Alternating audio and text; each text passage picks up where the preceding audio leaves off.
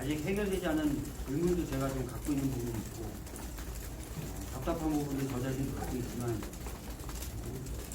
필요한 것 같다 라는 생각이 강해서 결심하게 됐다라는 말씀을 마지막으로 드리고 저희는 쓰겠습니다. 감사합니다. 구독과 좋아요 눌러주세요.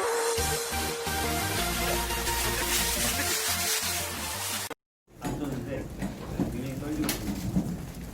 언제부터 고민을 시작하신 겁니까?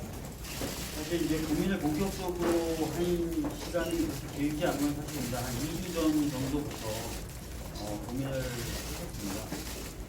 상당히 좀 조용하게 좀 고민을 하고 결정을 내린 뒤에 그 결정을 좀 알려드리는 방식으로 하려고 했는데 예상 밖으로 일요일날 갑자기 기자분들이 전화를 엄청나게 많이 해서 아이 보는 게 어려울 정도로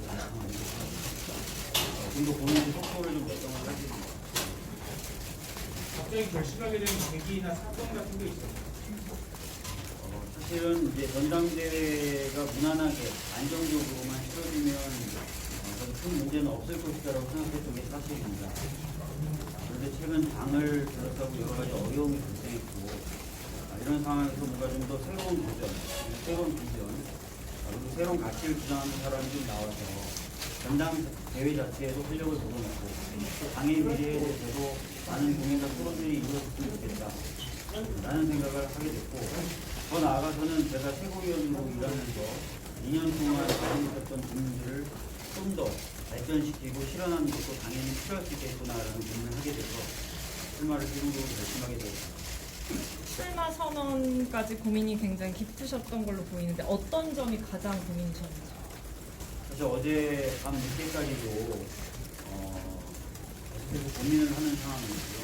그게 저를 고민하게 만드는 이유 중에 가장 큰 것은 아까 제가 출마 선언에서 말씀드렸지만 이미 두 분의 훌륭한 분이 출마 선언을 했고 준비를 상당히 한 상황이었기 때문에 과연 제가 여기서 새로 도전장을 내미는 것이 진정으로 도움이 되는 것인가, 당의 진정으로 도움이 되는 것인가, 진정으로 필요한 것이 아닌가라는 고민을 제가 했습니다.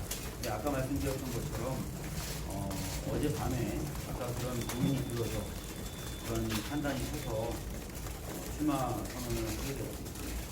선언 전에 국민과 교감하지 못하고 현장에 있지 못하고 이런 부분이 있었는데 그걸 느끼신 사례가 최근에 있으셨으면 최근에 여러 가지 그 정책들에 관련돼서 제대로 국민들의 감정선을 읽지 못했다, 눈높이에 맞추지 못했다라는 평가가 있지 않았습니까?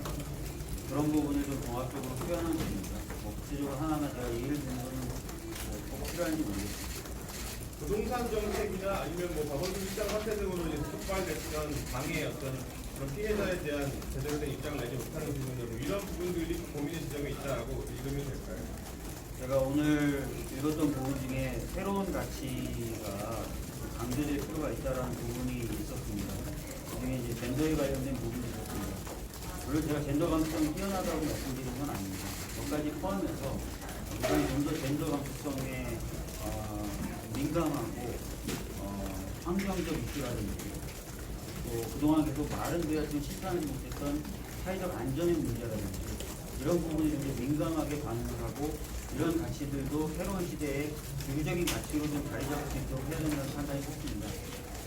중대재해기업 처벌법이든 이런 부분도 안전을 위해서 계속 거론은 됐었지만 저희들이 효율한 모습을 못 보여줬던 것이 사실입니다.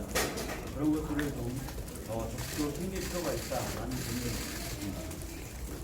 전당대회는 일반 유권자 선거가 아니고 국내 선거라서 조직이 중요할 텐데 이런 부분은 후발주자로서 어떻게 보시는 생각이세요? 다들 아시는 것처럼 제가 특별한 조직이 없습니다. 최고위원 뛸 때도 거의 조직 없이 뛰었고 지금도 거의 비슷한 상황일 것 같습니다. 아까 제가 농담삼아 캠프가 아니라 텐트를 꾸려야 되겠다라고 말씀드린 정도로 아마 작은 규모로 움직여야 될 것 같은데 좀 더 활기차게 뛰고 좀 더 소통하는 모습 보여드리고 또 새로운 모습 보여드리고 하는 것으로 한번 당원들의 마음 그리고 대의원들의 마음을 한번 움직여보려고 하고 있습니다. 이낙연 후보 같은 경우는 강남 후보, 무경 후보 같은 경우는 성공적으로 선거를 이끌 수 있는 안정된 2년 동안 채울 수 있는 리더십 이런 부분들 좀 있어요. 후보님께서는 어떤 부분을 키워드를 두시나요? 제가 아까 출마 선언문에서 밝혔던 것처럼 지금은 전환의 시대입니다. 이 전환의 시대에 새롭게 전환된 사회 모습을 정확히 아는 사람은 아무도 없습니다. 누군가는 청사진을 그려야 됩니다. 이 청사진을 그리는 작업을 누가 할 수 있을 것인가? 저는 긴 호흡을 가지고 대화와 설득을 통해서 청사진을 그려내는 작업은 정당이 할 수밖에 없다고 생각합니다. 그래서 저희 정당이 그런 식으로 자세와 태세가 좀 전환돼야 된다고 생각합니다. 좀 더 국민들 속에 다가가고 국민들과 함께 얘기 나누면서 국민들이 원하는 게 무엇이고 또 그렇게 찾은 답을 어떻게 하면 단단하게 집행할 것인가 또 국민과 소통하는 작업이 필요합니다. 저는 사실은 당의 이런 태도 변화와 어떤 구조 변화, 아까 말씀드렸던 가치적 변화 이런 것들이 저의 핵심적인 고민이라고 말씀드리고 싶습니다. 기대하시는 대로 성과를 낸다면 바로 그 다음에는 이제 재보궐선거가 예정돼 있을 텐데 서울, 부산에 후보를 내야 하냐 말아야 하냐 이런 논의들이 있잖아요. 어떻게 생각하실까요? 여러분 다 아시겠지만 제가 한 라디오 인터뷰에서 이전에 부산 관련된 질문을 받았을 때 부산에 후보를 내는 것이 적절치 않을 수도 있다. 이런 식의 표현을 했던 것을 다들 기억을 하실 겁니다. 그런데 최근에 이제 서울시장도 역시 보궐선거를 치르게 됐습니다. 저는 그 당시 말씀드렸던 상황과 지금의 상황은 매우 다르다고 생각합니다. 제 이 말씀을 편의적으로 뭐 손바닥 뒤집듯이 또 말 뒤집는구나라고 생각하실 수도 있겠지만 많은 국민이 아마 다른 상황이 벌어졌다고 생각하실 것 같습니다. 이 상황에서 당원당규를 지키는 것이 어떻게 보면 책임지는 모습이냐 아니면 공당으로서 1,500만 이상 되는 유권자들에게 선택의 기회를 주고 그 선택을 받는 그런 책임지는 모습이 보여주는 것이 공당으로서의 모습을 보여주는 것이냐에 대한 판단을 해야 된다고 생각합니다. 다른 상황이라는 게 그러면 그 선거계의 규모가 커졌기 때문에 그런 결단을 내는 거죠. 그렇지 않습니다. 서울시가 갖고 있는 의미라든지 보궐선거가 갖고 있는 전체적인 의미를 말씀드립니다. 그래서 그런 부분은 자기 지도부가 당원과 무엇보다도 국민들의 의견을 듣고 신중하게 결정해야 될 문제라고 생각하고 미리 안 된다라고 손을 붓기는 상당히 어려운 문제가 됐다는 말씀드리겠습니다. 의원님께서는 서울시장 후보로서 지금 거론에 오셨었잖아요. 이 입장 지금 유도하시는 거는 본의 앞으로의 행보와도 조금 연관이 되어 있다고 봐야 할까요? 아니면 제가 여러 가지 말씀을 드리는 것 자체가 오해를 할 수 있겠는데요. 출마 선언문 자체에 제 각오를 좀 밝힌 바가 있습니다. 제 전망과 목표를 일단 내려놓는다는 말씀을 드렸습니다. 그렇기 때문에 그런 부분에 있어서 제가 드리는 말씀이 제 서울시장 출마할 거니까 후보를 낼 수 있다고 얘기한다 이렇게 받아들여 주시진 않았으면 좋겠습니다. 지금 이제 최고위원 하셨었으니까 지금 당의 전정식에 대한 문제점을 짚으셨는데 최고위원으로서 지도부에 얘기할 수 있었을 텐데 그 역할을 못하신 점은 인정하시는 건가요? 최고위원 회의 내부에서 제가 어떤 얘기를 했거나 이런 것은 뭐 여전히 여기서 공개적으로 밝히긴 어렵습니다만 결과적으로 그러한 모습에 대해서는 당연히 제가 사과할 부분이 있으니까 반성해야 될 부분이 있으면 변명해야 됩니다. 지금 현재 지도부의 일원이시면서 다음 지도부에 이제 당대표 출마를 하셨는데요. 현재 당대표와 최고위원 간의 관계에 관해서도 사실 부적합이나 이런 지적사항이 몇번 그러니까 의원님이 아니라 구조에 대해서 있었기 때문에 당대표 출마를 하시면서 좀 어떻게 바꿔보겠다라는 각오도 있지 않을까 싶은데 당대표와 최고위원, 지도부의 구조 어떤 기상이 있으신지 어떤 문제의식이 있으신지 지금 제가 이제 출마를 하게 됐죠. 이제 그 출마에 따라서 출마에 하면 제가 지켜야 될 룰이 이미 만들어져 있는 상태입니다. 그래서 제가 당대표가 되면은 뭐 다시 고민해 볼 수는 있겠지만 일단 그 룰에 맞춰서 저도 선거를 쳐야 될 하나의 선수이기 때문에 그 말씀을 좀 지금 드리기보다는 좀 출마 후에 또는 그 경선 끝난 후에 또는 뭐 결과를 보고도 말씀드리는 게 가장 좀 정확할 것 같습니다.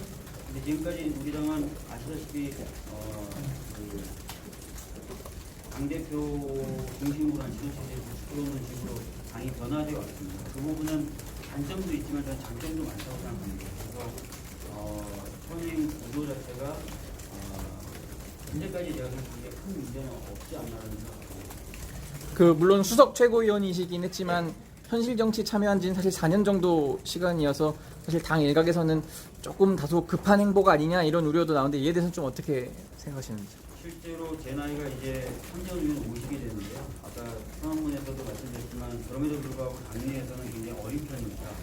그래서 방금 말씀하신 것처럼 어린데 너무 빠른 거 아니냐라는 말씀하시는 분들도 있었습니다.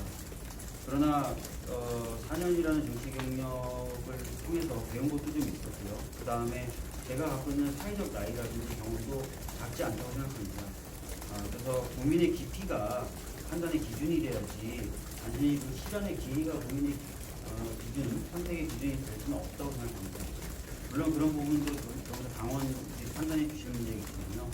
저는 그래서 그 부분을 끝까지 또 고민의 한 요소로 넣었지만 최종적으로는 출마를 해서 제가 갖고 있는 생각들을 좀 나눌 필요가 있다. 제가 할 필요가 있다. 할 수 있다라는 판단이 있기 때문에 출마하게 됩니다.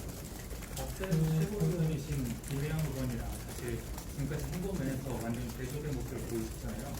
그런 어떤 소신 발언들을 하지 않으시고 일단 당 지도부와 비슷한 목표를 내세우기 위해서 어떻게 생각하세요?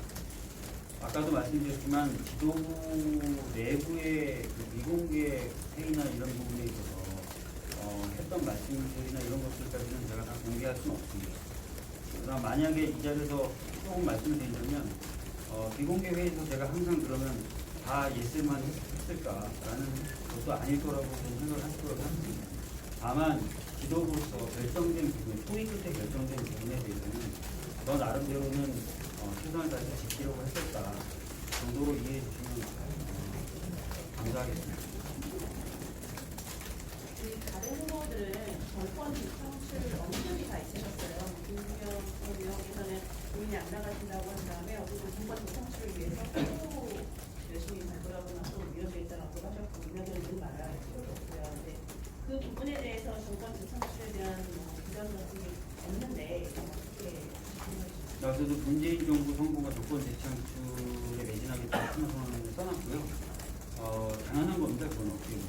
근데 제가 이제 알아봤을 때 최근 전당대회가 너무 대선에 대한 관리, 그것에 대한 적임자만을 논의하는 것이 조금 제가 보기에는 부족해 보이는, 전당대회가 좀 부족해 보이는 요소 중에 하나라고 생각했습니다. 그래서 제 출마 선언 문제도 저는 부분을 당연히 언급을 했지만 그것보다도 당이 지금 이 시기에 해야 될 역할, 전환기의 시대라고 다 누구나 얘기하고 위기의 시기라고 지금 얘기하는 이 순간에 당이 지금 해야 될 역할이 무엇인지에 대해서 좀 말씀을 좀 강조를 드리고 싶었어요.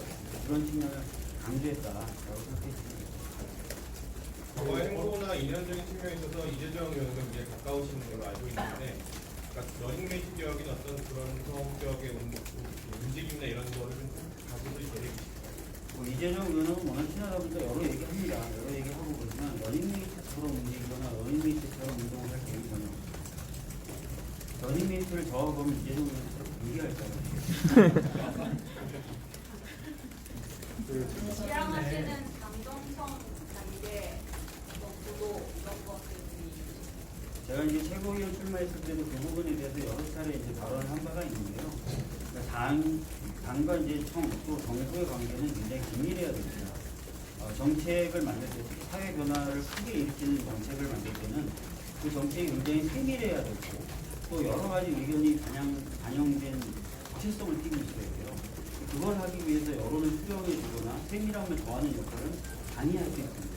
그리고 청와대와 정부가 결정한 정책이라 하더라도, 그리고 당이 동의한 정책이라 하더라도 그것이 국민적 동의를 얻어서 힘을 갖고 실천되기 위해서는 또 당이 사회를, 국민들을 설득하는 과정이 필요합니다.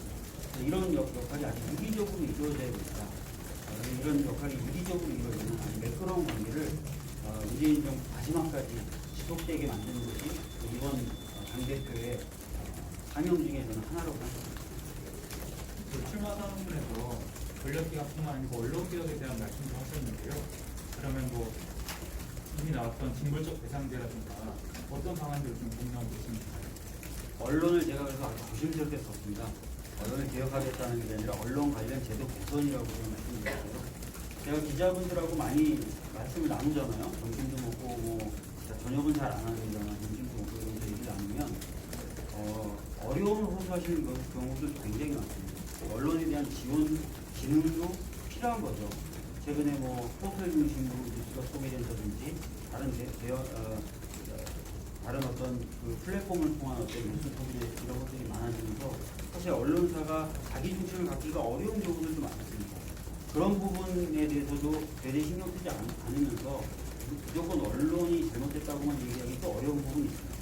물론 그렇다고 해서 또 언론이 여러 가지 어떤 조회수를 높이기 위해서든 어떤 목적에서든 잘못된 정보를 담고 보도를 한다거나 이런 부분이 또한 문제가 있습니다. 그래서 저는 언론을 진흥하고 또 진흥하는 바탕하에서 위에서 언론의 어떤 좀 더 정확한 보도라든지 이런 것들이 이루어지는 제도가 좀 필요하다라고 생각하는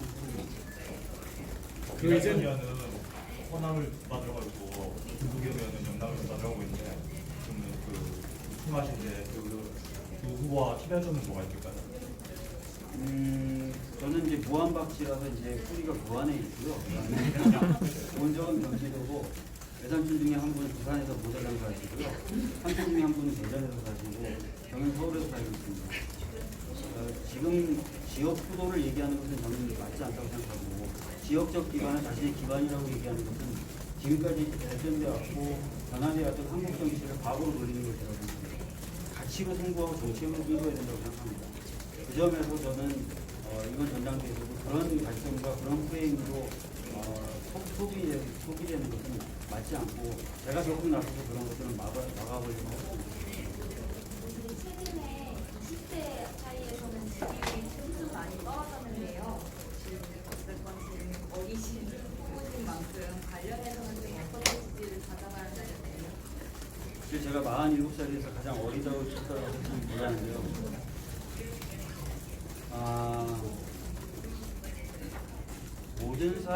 우리 사회 모든 구성원이 청년들에게 함께 투자할 수 있는 사회가 돼야 저는 미래가 있다고 생각합니다. 결국 청년에 대한 투자는 미래를 밝히는 것이고요. 그 밝히는 미래는 모든 사회 구성원들이 혜택을 볼 수 있기 때문에 저는 이제 사실 그런 내용을 가지고 청년들을 만나고 싶고 청년들을 협력하고 싶어요. 근데 이 과정도 쉽지는 않을 겁니다. 저는 하여튼 그런 합의를 만들어내는 것도 당의 역할이고 과제다. 사회적 문제 연석 회의를 통해서 뭐 새로운 구조를 만들겠다 하셨는데 이게 뭐 대국민적으로 어떤 의사소통을 하겠다는 의지신지 좀 구체적으로 말씀해 주시겠어요? 네, 뭐 예를 들기는 참 부적절할 수도 있고 어려울 수도 있습니다만 예를 들어서 무슨 새로운 어떤 산업이 등장하고 기존 산업에 종사했던 분들과 새로운 산업을 키우려는 분들 사이에 항상 갈등이 있을 것 같습니다. 그럴 때 이제 사실은 사회적인 대화와 타협이 필요합니다. 갈등하는 두 주체만 붙여놓으면 해결책이 잘 안 나와요. 왜냐하면 한쪽이 이익을 먹고 한쪽은 손해를 본다고 판단하거든요. 그래서 이런 부분은 사회적인 대화를 통해서 사회적으로 좀 풀 수 있는 틀을 좀 만들 수 있다면 좀 더 해결책은 좀 나올 수 있다고 봅니다. 그런 사회적 대화 기구를 적극적으로 좀 만들고 싶다라는 말씀을 드리겠고요. 충분히 이제 176석이나 가지고 있기 때문에 예전처럼 대화를 하자 그러면은 너희하고 대화해봤자 무슨 소용이야라고 얘기하지는 않을 겁니다. 여러 이해관계인들 그리고 문제를 같이 풀 수 있는 사람들 모아서 지혜를 모으는 작업들을 할 수 있다고 생각하고요. 그렇게 해서 해결책을 만들고 해결하는 것은 제가 아까도 말씀드렸지만 민주사회에서 굉장히 적합하고 부합하는 해결 방법이라고 생각합니다. 지난해 검찰개혁에 깊이 발을 담그셨는데 당대표가 되시면은 뭐 아직까지 미완의 과제들이 있는데 어떻게 하실지 좀 구체적으로 설명을. 제가 이제 구상을 좀 말씀드리면은 사실은 이제 꼭 검찰개혁만이 아니라요. 법원 관련돼서도 개혁이 필요하고요. 또는 수사권 조정을 위해서도 여러 기구가 관련된 법안들을 고치고 국가에 됩니다. 당면하게 또 짧게 뭐 한두 가지 고칠 수도 있지만요. 장기적으로 이 전반에 걸친 사법제도를 개선할 수도 있는 겁니다. 예를 들어서 우리나라가 갖고 있는 국가적 법률구조 시스템이 굉장히 낙후됐고 부족한 부분이 많아서 국가로부터 법률구조 서비스에 도움을 전혀 못 받는 경우들도 있습니다. 이런 것까지 다 포함하고 굉장히 과제가 많고 또 장기적인 과제도 많거든요. 그럼 그런 것들을 차분하게 논의할 수 있는 구조조정이 필요하다고 생각합니다. 더 이상 뭔가 뭐 개혁하겠다 이런 어떤 기치를 내세우는 게 아니라 진짜 실질적인 변화를 위해서 그래서 사실 그런 것들을 차분하게 논의할 수 있는 당내 구조도 좀 만들 필요가 있다고 생각합니다. 뭐 20대 때 국회 때 그리고 이해찬 대표 밑에서 제가 뭐 검찰개혁 특위도 했었고 사법개혁 특위도 했었는데 사실 현안 대응적 한국이 강했어요. 그런 게 아니라 아까 말씀드렸던 정책적 측면에서의 제도 개선을 목표로 하는 그런 특별한 단위를 충분히 만들 필요가 있다고 생각하고 그런 것을 통해서 꾸준하게 제도 개선을 추구해 나갈 수 있다고 생각합니다. 말씀하신 대로 굉장히 젊으시고 그리고 이제 선수도 개선이시기 때문에 정치권에서는 어떤 그 포지션에 따라서 거는 기대감이라든지 향후 행보라든지 이런 부분에 대한 것들이 어느 정도 관행적으로 인식되는 부분이 있지 않습니까? 젊으신 40대 중반 후반의 나이에 대선에 만약에 당대표가 되신다고 하시면 그리고 지금 말씀하신 어떤 이런 그 풀고 싶다고 하는 숙제들 같은 경우 시간이 좀 많이 걸리는 중장기적인 과제들이 많이 있는데 그 향후의 어떤 정치적인 행보 이런 부분에 대한 어느 포지션에서 어떤 일을 더 할 수 있을까에 대한 고민 같은 건 혹시 없으셨습니까? 사실 오늘도 저희 의원실 식구들하고 아침에 모여서 잠깐 그런 얘기를 했는데요. 일단은 향후에 대한 고민은 없다. 일단 당대표 출마를 하고 복잡하게 생각하지 말고 이것을 열심히 하자라고 얘기했습니다. 그만큼 저는 지금 정치가 필요한 시기입니다. 굉장히 많은 분들이 힘들어하시고요. 굉장히 많은 분들이 어려움을 호소하고 계세요. 이럴 때야말로 저는 정치가 그 호소에 부응을 해야 된다고 생각합니다. 그런데 아쉽게도 지금 정치의 모습이 잘 안 보여요. 그래서 이번 전당대회를 통해서 또 전당대회 이후에 정치가 정말 아픈 사람들에게 도움이 되는 또 기댈 수 있는 것이 될 수 있는 그런 자리매김하는 게 최우선적인 과제라고 생각합니다.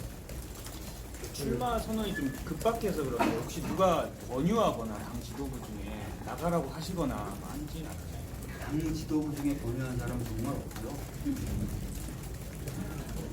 제가 이제 오늘에서야 이제 최고위원들한테도 다 전화하고 소문들은 듣고 계시더라고요. 소문을 듣고 계신데 오늘에서야 좀 전화를 드렸고 그렇습니다.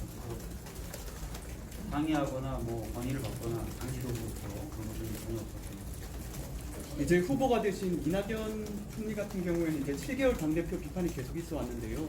거기에 대해서는 좀 어떤 입장이신가요? 사실 이제 아까도 말씀드렸던 대로 이 시기에 정당이 해야 되는 역할이 분명히 있습니다. 그 역할을 이제 하기 위해서는 좀 더 당을 안정적으로 관리하는 것이 필요한 상황이긴 합니다. 이 정도로만 좀 말씀드리겠습니다. 출마하시겠다고 하시니까 이해찬 대표는 뭐라고 하시나요? 이해찬 대표님께 오늘 전화 드리니까 뭐 소문이 돌던데 드디어 결심했네. 도전하는 건 좋은 것이지 이렇게. 보셨습니까? 아니면 좀 약간? 평상시보다는 좀 친근하게 전화를 받아주시더라고요. 출마 선언에는 다 전화 드렸습니다. 뭐 이낙연 후보님께서는 이미 소문을 듣고 있었다.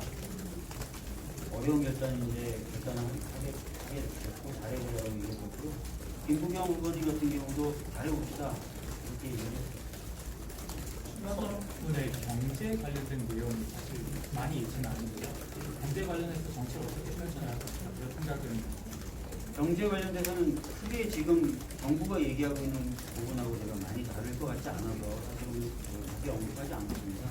대부분 아마 후보들도 비슷할 것 같은 생각이 들고요. 필요하다면 이게 좀 구체적인 입장을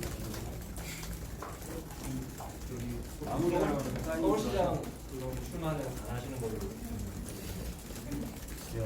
그것도 사실은 좀 저는 열어놓고 고민해야 된다는 생각을 한편으로 하긴 하려고 하는데 지금 제가 그거를 전혀 연구해 주거나 하고 있지 않다. 이게 사실인 것 같아요. 젠더에 맞춘 주류의 가치 이런 말씀이 있으셨는데 당 내에서도 논의가 있고 혹시 차별금지법에 대해서는 어떻게 보시는지? 차별금지법은 저는 필요하다고 봅니다. 차별금지법은 필요하고요. 더 이상 미룰 수 있는 과제는 아니라는 게 제 의견입니다. 민주당에서 발의가 나오면 같이 공동발의하거나 하실 계획이 있으실까요? 네, 민주당에서 발의를 하게 되면 공동발의를 하거나 할 마음이 있습니다. 포용과 혁신 강조하셨는데 야당과의 관계는 어떻게 설정하실까요? 저는 야당도 목표가 다르지 않다고 생각합니다. 국민적 삶을 개선하는 관점에서는 저는 동일한 목표를 갖고 있다고 생각하고요. 그러한 점에서 저는 같이 경쟁하자고 얘기하고 싶습니다. 제가 전에 최고위원회에서도 말씀드렸던 것처럼 정치는 상대방을 쓰러뜨리는 격투기일 수 있지만 국민이 바라보고 채점하는 그런 경기도 있다라는 생각을 이제는 가질 필요가 있다고 생각합니다. 채점 결과로 실패가 갈리면 되지 않겠습니까? 저는 그런 식으로 야당에게 좀 얘기를 하고 설득도 하고 그렇게 해보려고 합니다. 오히려 제가 야당의 많은 의원님들과 편하게 소통도 할 수 있다고 생각합니다. 과거의 관계나 이런 것들이 오히려 없기 때문에 새롭게 시작하는 부분이라고 볼 수 있지 않겠습니까? 그런 부분에 있어서는 다른 의미에서의 강점도 가지고 있다라는 생각입니다. 다른 후보들과 달리 뭐 지방 균형 발전이나 공공기관 이전에 대한 언급이 없으셨는데 거기에 대해서 어떻게 보세요? 당연히 저도 동의하는 바이고요. 수도권에 인구의 절반이 살고 나머지 인구의 절반이 수도권에 살고 싶어하는 세계의 거의 유일무이한 나라니 그것을 통해서 많은 문제가 발생하고 있고요. 그래서 그 부분을 개선하는 것이 반드시 저는 필요하다고 생각합니다. 공공기관을 지방에 이전하는 건 당연한 거고요. 김태년 원내대표님이 말씀하셨던 국회 지방 이전, 세종시 이전이라든지 이런 부분도 저는 동의하는 것 같습니다. 더 나아가서 저는 전국에 한 10군데 있는 거점 대학을 집중적으로 육성해서 그것을 하나의 네트워크로 엮는 방법.